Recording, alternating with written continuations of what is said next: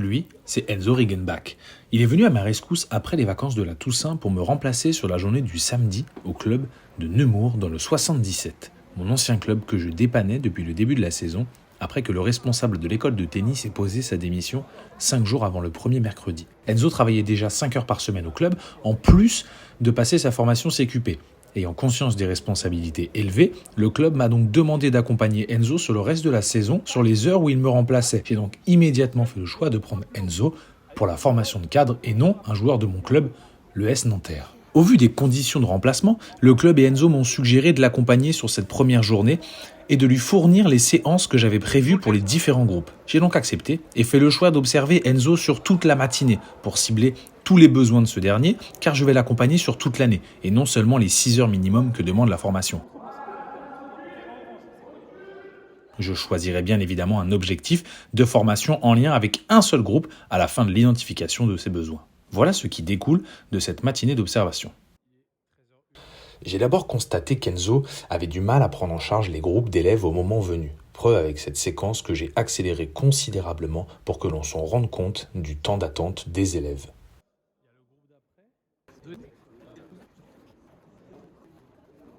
Ça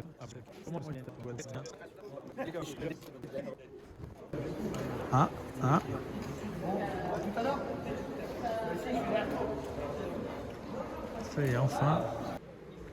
Ensuite, un élève très gentil mais remuant va tester Enzo pour leur première rencontre. Le petit Paul va mettre un coup de raquette à Enzo lors de son explication pour voir comment ce dernier va réagir. Un cadre aurait dû lui être imposé et les joueurs ne devraient pas avoir leur raquette en main lors des explications des exercices. Enzo va d'ailleurs confisquer la raquette à Paul, mais ne rien demander à ses camarades.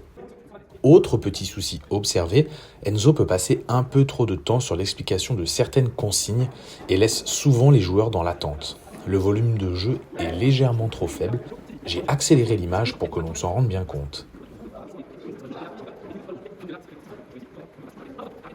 Démontrer, c'est très bien, mais il faut savoir le faire de manière concise. Nous conclurons cette observation avec un bémol concernant la sécurité. Enzo a utilisé des plots pour délimiter les deux terrains pour sa situation aménagée. L'utilisation de lattes aurait été plus appropriée. Les élèves peuvent glisser et trébucher sur les plots. Comme expliqué en début de vidéo, Enzo m'a remplacé à la va-vite. L'entretien effectué avec lui s'est donc passé après l'observation, entretien dans lequel il m'a notamment énoncé ses principaux besoins, ceux qu'il jugeait essentiels. Mais sinon, moi, j'ai pas trouvé beaucoup d'expérience. Et quand j'arrive, quand il y a 7 gamins qui arrivent, je fais 7 gamins sur un terrain, comment je gère la séance? D'accord. Par contre, les gamins, du coup, moi, j'ai jamais fait de tennis en tant que petit. Donc, les exercices, les exos, hormis quel enseignement et quelques questions que je posais à certains CQP, comme Hugo, qui est CQP, Ouais. Brice aussi. Ouais. Mais sinon, moi, j'ai pas trouvé beaucoup d'expérience. Ouais. J'ai un groupe de 7 gamins. Ouais. Et sur les 7, il y a 3 niveaux différents. Donc ça aussi, c'est une attente que tu as, savoir gérer dans un même groupe les niveaux. Exactement. Il m'a donc énoncé un souci sur la gestion des groupes nombreux, sur sa capacité à créer des séances par lui-même et enfin sur la gestion des groupes hétérogènes. Cet entretien, ajouté à l'observation, m'ont donc permis de dégager une grille d'observation pour déterminer les choses qu'Enzo avait déjà acquises, celles en cours d'acquisition et les éléments non acquis pour pouvoir travailler dessus. Au vu des difficultés et des demandes d'Enzo, j'ai donc choisi de me consacrer avec lui sur le 4e groupe, un groupe de 6 joueurs avec niveau hétérogène. Il y a des joueurs qui jouent début de balle orange, d'autres fin de balle orange, et enfin début de balle verte et fin de balle verte. J'ai ensuite présenté cette observation à Enzo pour lui faire part des quelques problèmes présentés préalablement. 5 minutes plus tard, donc tu les prends en charge à 13h05 ou 13h06, quelque chose comme ça. Donc là, bon, je le fais pour que tu te rendes compte, parce que même si tu le fais plus maintenant ou que tu le fais moins, etc., c'est juste de bien être capable de se rendre compte que quand il y a une séance qui commence à 13h, on s'organise pour à 12h58 ranger le matos, qu'à 13h, eux ils partent. Évidemment, s'il y a 1 minute ou 2 d'attente, c'est pas bien grave. Mais là, en l'occurrence, en tout cas, c'est des enfants. Donc même si tu les fais attendre, tu leur dis bon, tu vois, Courir un tout petit peu. voilà, là ils n'avaient pas posé leurs affaires. Posez vos affaires, faites un tour de terrain ou jonglez et j'arrive. Ça les occupe pendant 2 minutes et ça te permet de faire la transition tranquille. Tu vois, ils sont bien autour de toi, ils sont à l'écoute. Et en plus, là, parce que Paul, il te met un coup de raquette, tu lui dis mets ta raquette par terre. Mais l'idée, c'est que tout le monde soit longé à la même enseigne. Donc si jamais, par exemple, tu dois reprendre un enfant comme ça, reprends tout le monde et tu dis de toute façon, les enfants, quand on écoute les consignes, on pose des raquettes. Et tout ça dans le sens juste Mettre un cadre, c'est hyper important de mettre un cadre, surtout au début, là c'est la première séance, donc c'est bien qu'il y ait des trucs comme ça. Voilà, tu sais, mets-toi des défis, genre j'essaie d'expliquer cet exercice en 20 mots, c'est-à-dire en 30 mots. Mais des petits, tu vois, pour apprendre, et t'obliger à être concis. Tu vas te bloquer, te dire voilà, tu vois, j'ai fait 4 phrases qui servent à rien, j'ai répété 3 fois la même chose. Ça, ouais, ok. Faut être précis, surtout les enfants, ça a besoin évidemment de consignes précises. Enfin, on conclut cette observation, mais ça je te l'avais dit en live, avec un petit bémol au niveau de la sécurité. Ici, tu as plein de matos à Nemours pour séparer les terrains. Languette. Voilà, les plots jamais, parce que là, il court, il glisse. C'est ta faute. Après ce retour sur observation, j'ai donc pu par la suite dégager son tableau des capacités pour cibler les éléments importants qu'il n'était pas capable de faire. Cela m'a ensuite permis de dégager un tableau des ressources avec l'objectif de fin de formation, être capable d'encadrer et de faire progresser un groupe de 6 enfants avec niveau hétérogène en toute sécurité. Ce tableau dégage en réalité toutes les choses in fine que l'apprenant devra maîtriser. Il présente les savoirs à acquérir en lien avec des savoir-faire et des savoir-être. Pour mener à bien ces objectifs, nous avons mis en place un plan de formation en relation directe avec les savoirs, savoir-faire et savoir-être vus dans le tableau des ressources précédemment qu'Enzo devra acquérir. Plan ayant donc débuté avec le retour sur observation vu précédemment, nous allons poursuivre avec un de mes exercices favoris découvert au stage de formation lors des vacances de la Toussaint, le contrôle surprise. Tu vas me proposer un exercice au panier, puis un exercice en situation aménagée de partenariat, une séance coup droit lifté avec niveau différent. Par exemple, ma situation au panier et en opposition peuvent se ressembler. Alors, j'irai même plus loin, il faut. Faut que l'objectif ce soit le même, que les consignes soient quasiment les mêmes, il faut juste que ce soit plus ouvert. Je t'avoue que j'en ai en tête là déjà. Très bien, on dit 17h15. Faut que j'écris, je veux juste que tu le fasses. Donc moi je suis au niveau du filet, j'envoie les balles au niveau du coup sur le coup droit, et attention, j'aurais mis en place un surfilet. Les 4 ils sont en même temps avec le ici. Comment tu fais? J'ai pas pensé. J'ai pas compris. Mais t'inquiète, c'est pas un piège, dis-moi. Parce que moi j'avais pensé dans le sens, les balles vertes. En gros, je fais l'exo balles vertes. Les deux joues, je se ramasse. Et voilà, tu vois. Voilà. Il n'y a jamais de problème, il n'y a que des solutions. Exactement, et tu aurais même pu faire un autre truc, on en a déjà parlé. Les 2 balles vertes, ils se mettent ici, côté droit. Tu fais 2 autres plots, tu fais un autre démarrage ici, tu fais le sens décalage coup droit. Mais dans le cas où par exemple tu as 6 élèves, tu mets 2 verts ici, 2 oranges ici, 2 qui ramassent. Hormis un léger bémol sur la mise en place, la situation en panier proposée est bonne. Pour la situation aménagée, il propose de laisser le surfilet et de mettre les joueurs en échange. Cependant, il s'arrête à cette simple consigne. Je me dois de réagir pour permettre à Enzo de comprendre l'importance des critères de réussite et réalisation dans une démarche pédagogique. En fait, le problème, c'est que tu n'as pas de quantification.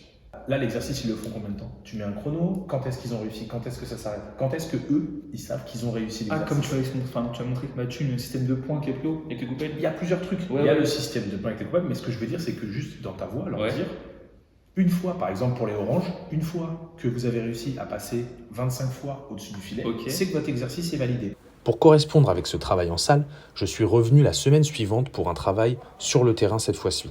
Je lui ai redemandé de m'installer le terrain pour une situation aménagée avec des niveaux hétérogènes, vert et orange en l'occurrence, ce qu'Enzo a brillamment fait. Nous avons ensuite fait un travail sur des correctifs. Enzo m'a énoncé des problèmes techniques qu'il rencontrait avec des élèves, se retrouver de face à l'impact de balle au service, la raquette qui redescend à la volée. Je lui ai donc proposé plusieurs exercices correctifs, fond de cours, service et volée, pour lui donner le plus de bagages possible pour répondre aux problèmes de ses élèves.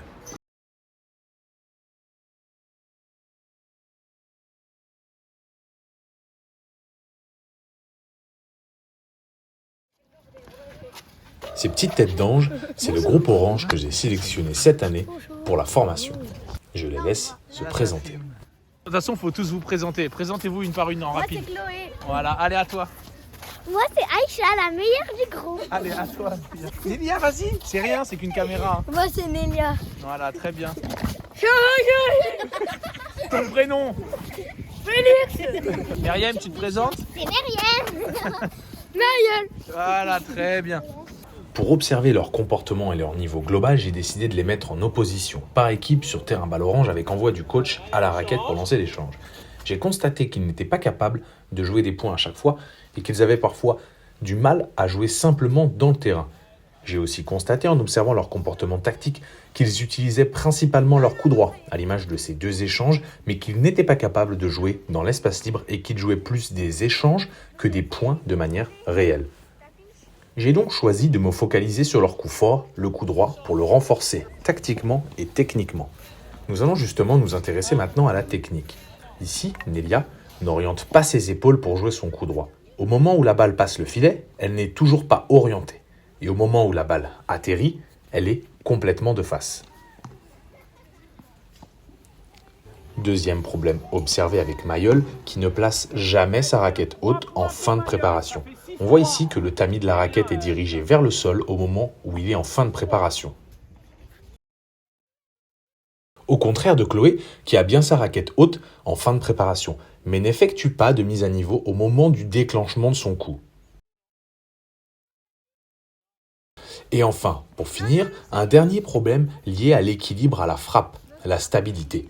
On le remarque ici avec Félix et Mayol qui, dans le même échange, vont se retrouver tour à tour en situation de déséquilibre au moment de la frappe. Voici donc tous les différents points techniques et tactiques sur lesquels nous allons travailler durant notre cycle de travail. Voici le tableau des capacités qui nous intéresse pour le coup droit.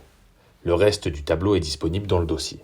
À partir de ce dernier, j'ai dégagé différents objectifs, dont l'objectif de fin de cycle, être capable de jouer dans l'espace libre, en coup droit, en étant en équilibre. Je vous propose donc tout de suite une programmation détaillée de ce cycle de coup droit. La programmation annuelle est-elle disponible dans le dossier?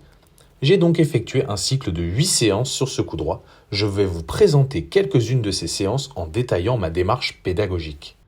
Je vous présente aujourd'hui la séance numéro 3 du cycle qui concerne l'équilibre à la frappe. Pour commencer, un exercice au panier où les enfants jouent 3 balles chacun avec déplacement. Au moment où ils estiment être arrêtés en situation d'équilibre juste avant la frappe, ils doivent le signaler par le mot de leur choix prononcé à haute voix. Tactiquement, j'ai disposé des plots en fond de cours à gauche et à droite pour obliger les élèves à diriger leur balle. C'est bien, truc, ça me va. Très bien. Photo. Voilà, vous voyez, c'est dur, hein? Très bien, Aïcha. Mayol. Très bien, là, t'es arrêté. Voilà, les gars, c'est ça. Là, vous êtes arrêtés. Merci. Voilà, excellent, encore. On remarque que l'exercice est une réussite et que les enfants effectuent le signal sonore au bon moment. Cela se ressent sur leur efficacité. Place à une situation aménagée où les élèves sont en partenaire et doivent effectuer le maximum d'échanges en situation d'équilibre avec leur coup droit. Le critère de réalisation est le même, les élèves doivent effectuer un signal sonore au moment où ils sont arrêtés. Ils peuvent utiliser des codes communs pour plus de logique. Joueur 1 dit photo, joueur 2 dit copie. Très bien. Photo. Avant la frappe. Photo. Pourquoi Finis ton geste, Félix. Très bien. Photo. Excellent, Nelia. Encore, tenez la balle. Très bien, Félix. Excellent l'échange.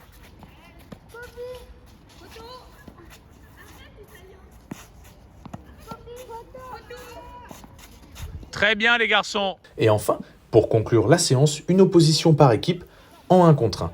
Match en 15 avec bonus de 2 points lorsqu'ils jouent dans l'espace libre en coup droit et que le coup est gagnant. Une séance qui finit bien avec des élèves qui ont de réelles intentions de jouer dans l'espace libre avec leur coup droit.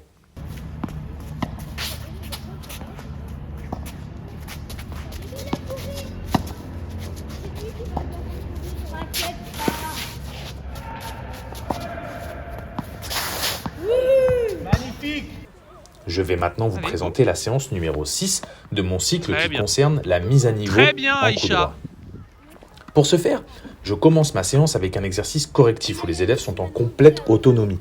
Joueur 1 Comment doit ça, laisser il t'a demandé tomber de faire des 2 correctifs balles simultanément devant joueur 2 Très qui bien, doit Aïcha. frapper la balle la plus proche du filet sans toucher la première balle. Très bien, Félix. Voilà, c'est exactement ça, Nelia. Pour la mise en situation aménagée qui suit, je vous laisse écouter mon explication. On doit faire des échanges, sauf qu'à chaque fois qu'on fait notre geste, on doit dire 1, quand on a la raquette haute et 2 dès qu'elle descend. Comme ça, on joue. Toi tu le fais pas Nélia, tu joues. Moi je montre. 1, 2. 1, 2. S'il y a 2 rebonds, ça me dérange pas. Très bien Félix. Très bien Félix.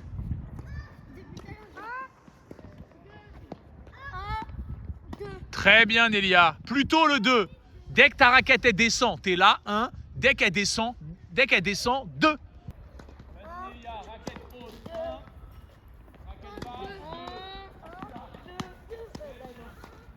Et enfin, comme chaque séance, nous finissons par une opposition avec comme objectif de remporter le point grâce à son coup droit en respectant le thème de la séance. Très bien, c'est pas grave. Franchement, si ça vous aide, vous pouvez continuer à dire 1-2. Très bien Chloé. Très bien, c'est pas grave. Ce qui m'intéresse, c'est ça. Moi, ce que je veux, c'est aujourd'hui, c'est voir des mises à niveau. Excellent, encore les filles. T'es pas obligé de reculer à chaque point, Chloé. Excellent, Meriem. Mais j'ai rajouté un petit exercice, donc on va faire de la mise à distance. La dernière séance que je vais vous présenter est celle sur la mise à distance. Nous commençons par un travail au panier. En voici l'explication.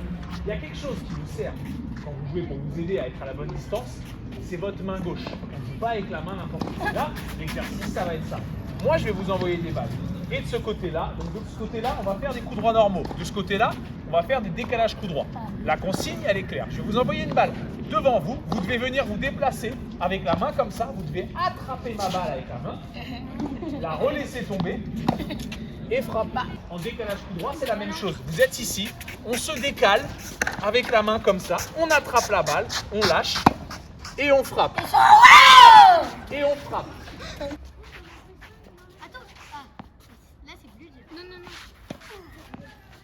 Très bien, les filles. Replace-toi, tu fais quoi, Isha? Bah oui, t'es en retard là.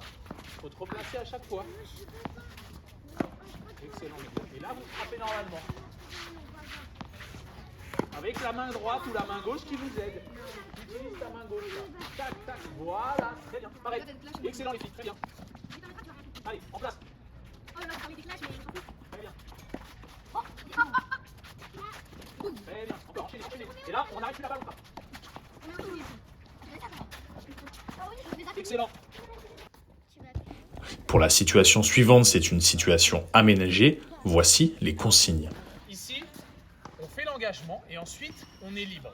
On joue normalement avec le plus de coups droits possible. De l'autre côté, sur les 5 premiers coups, vous devez arrêter la balle avec votre main gauche et la renvoyer. À savoir qu'après un manque de réussite, j'ai réduit à 1 le nombre de balles à attraper avant que l'échange ne se lance. La situation a réellement permis aux élèves d'utiliser leur bras gauche et de prendre conscience Très bien, de son Meriem, importance. avec le bras gauche. Très bien. Voilà, utilisez votre bras gauche. Très bien.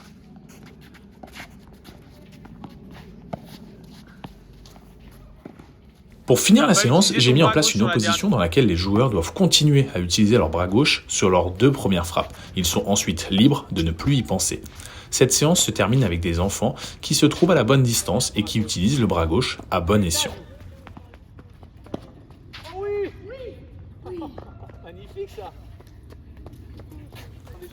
Après discussion avec le responsable de l'école de tennis et constatation de leur progression cette saison, nous sommes passés en balle verte. J'ai donc réalisé la séance finale en balle verte. Voici la grille du bilan de cycle pour ce cycle de coups droits avec les choses que les enfants sont encore en train d'apprendre et ce qu'ils ont réellement acquis. Et on joue dans l'espace libre. Magnifique ça. Magnifique. Très bien. Excellent, Nélia. Très bien, Mailleul. Et maintenant, espace libre, on essaie. Aïcha, recule. Au grillage, Aïcha, s'il te plaît.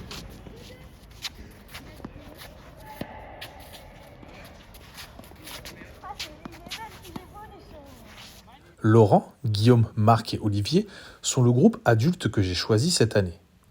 Respectivement, 40, 33 et 31, ils jouent au tennis depuis plusieurs années en loisir, effectuent 1 à 2 tournois à l'année, avec le tournoi interne et le tournoi du club par exemple, et s'entraînent 1 fois par semaine avec moi pendant 1h30, assurant un volume de jeu très intéressant. Le coup que j'ai choisi pour ce groupe est le revers. Pour observer leur comportement tactique et leur niveau global sur ce coup, j'ai décidé de les mettre en opposition, en 1 contre 1 et en engageant des balles favorables sur le côté revers. Tactiquement, j'ai observé qu'ils étaient capables de diriger avec ce coup et parfois d'attaquer sur balles très favorables, mais rarement d'être créatifs. Ils utilisent leur coup droit pour créer le jeu. Lorsque l'échange s'accélère ou qu'ils sont attaqués sur ce coup, ils ne sont pas du tout à l'aise. Ils jouent très vite court ou partent à la faute. En situation défensive côté revers, ils utilisent parfois le chip, mais il n'est pas assez maîtrisé pour neutraliser ou réussir à repousser. Ils le ratent ou jouent très court avec ce dernier.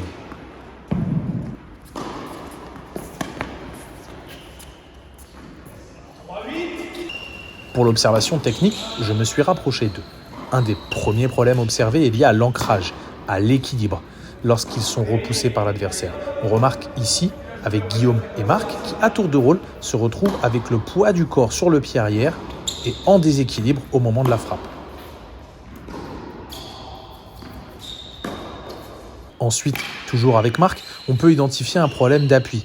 Il utilise un grand appui croisé pour défendre en revers. Il aurait pu utiliser par exemple un appui ouvert pour rester face au jeu et ne pas jouer la balle derrière lui. Concernant le chip, nous observons Laurent qui sur ce revers coupé de défense va être 1. Trop raide, 2. En déséquilibre et 3. Avec un plan de frappe bien en arrière. Toujours en revers coupé, mais de remise cette fois, on observe avec Olivier toujours un problème de raideur. À aucun moment il n'est à la bonne hauteur par rapport à la balle. S'ensuit du coup un problème de mise à distance et donc de plan de frappe. Il frappe la balle complètement devant lui mais compense avec son poignet pour réussir à tenir le chip dans le court. Voici le tableau des capacités que j'ai dégagées suite à cette observation. Les problèmes tactiques et techniques que l'on vient de voir y sont répertoriés. Peu d'intention en revers et de réussite lorsqu'il s'agit de tenir l'échange ou de défendre. Un manque d'équilibre et d'ancrage a notamment été repéré pour les problèmes techniques. Le reste du tableau est disponible dans le dossier. À partir de ce dernier, j'ai donc dégagé différents objectifs, dont l'objectif de fin de cycle, être capable de repousser en revers. Et j'ai ensuite dégagé une programmation détaillée de ce cycle de revers avec les objectifs tactiques et techniques énoncés précédemment. Les séances sont parfois doublées pour favoriser l'apprentissage. La programmation annuelle, elle, est disponible dans le dossier. J'ai donc effectué un cycle de 6 séances sur ce revers. Je vais vous présenter quelques-unes de ces séances en détaillant ma démarche pédagogique. Nous allons donc passer maintenant aux séances de travail. La première séance que je vous présente est celle concernant les appuis. Je vous laisse écouter mon explication pour le premier exercice qui se fera au panier. Aujourd'hui, on va faire un travail sur les différents appuis. Côté revers, il est possible de faire. Est-ce que vous connaissez les 3 appuis qui existent dans le tennis? Ouais. Et du coup, l'entre-deux, semi-ouvert. Exactement. On va commencer par faire que du fermé ou du semi-fermé. Exactement. Quand on attend, on a un appui fermé, on exagère. Et ensuite, je vais vous envoyer une balle qui va vous repousser. Et là, ce que je veux, c'est plutôt un appui semi-ouvert, pas ouvert. On déplace, on fait l'ancrage jambe gauche. Vu que de toute façon on est en arrière, le but c'est de repousser, donc on fait ancrage jambe gauche. Là je suis en semi-ouvert et je fais mon revers.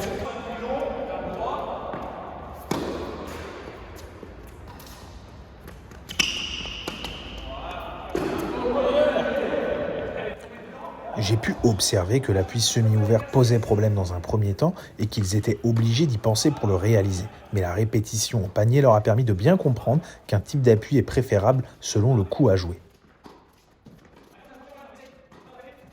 Après les appuis en ligne ou fermés et semi-ouverts, nous allons travailler les appuis ouverts. Ça va être 4 balles, le déplacement va être latéral. Vous déplacez uniquement sur la ligne. Et le déplacement, c'est de cette manière. On fait un pas de tambour devant et on vient poser la ligne. On fait ça, tac, tac. Et c'est tout. Cette jambe-là, elle n'est jamais ici. Ok, donc ça fait ça, tac, tac, tac.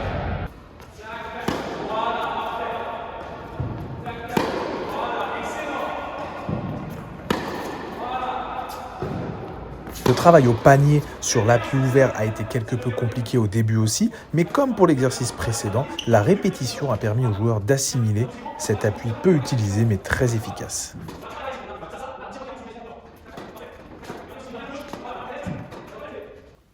Pour la situation de jeu suivante, je mets les joueurs en 1 contre 1. Le joueur en face de moi doit se tenir sur sa ligne, prêt à répondre à 2 types de balles que j'envoie côté revers. Une balle rasante et tendue ou une balle haute et longue. Le joueur doit s'adapter et utiliser l'appui adéquat. A savoir qu'en face, les joueurs démarrent dans le terrain et peuvent monter au filet si j'envoie une balle tendue pour rajouter de la pression aux défenseurs. Je concède avoir été agréablement surpris par l'efficacité de certains coups.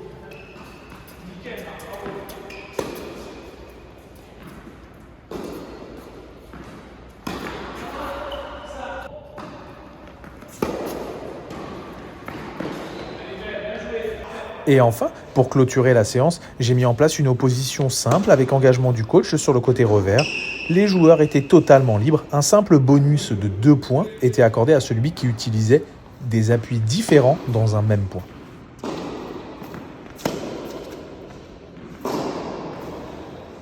L'autre séance que je vais vous présenter avec mes adultes est celle sur le revers coupé. Un passage obligatoire et essentiel selon moi pour leur permettre de repousser en revers.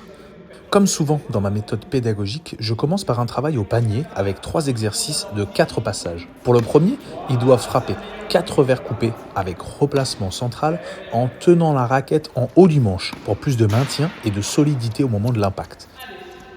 Ensuite, ils le font avec raquette tenue normalement. Et pour finir, je modifie les zones d'envoi avec 2 revers coupés sur balle favorable et 2 sur balle défavorable.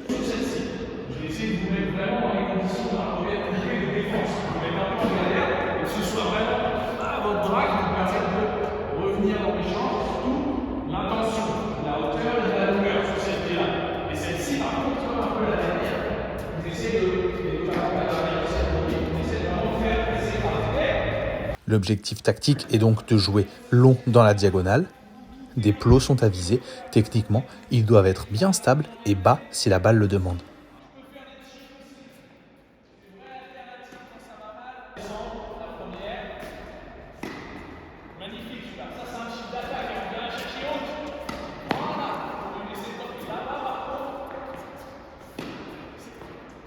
Nous sommes ensuite passés à un travail de répétition. Les joueurs sont en 1 contre 1, mais à 4 sur le terrain. Les joueurs doivent jouer en ligne et doivent simplement faire des échanges en chip. Dès qu'un des 2 échanges s'arrête, le point se joue à 4, mais les joueurs sont toujours bloqués en revers coupé pour aller dans le sens de la répétition.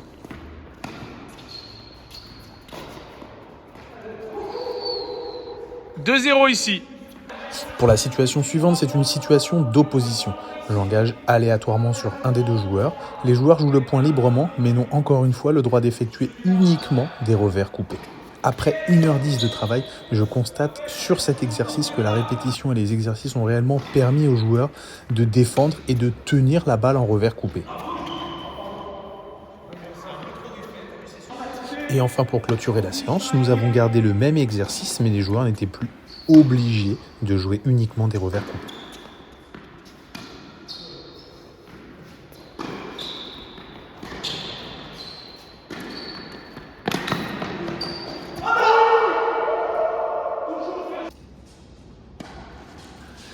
Enfin, pour cette dernière séance du cycle de revers et pour constater leur évolution, ils étaient en opposition libre avec balle favorable à attaquer sur le revers pour que l'échange démarre par un revers défensif pour un côté du terrain. Voici la grille de bilan de fin de cycle. Je suis réellement satisfait du niveau atteint sur ce coup et de leur capacité à repousser efficacement.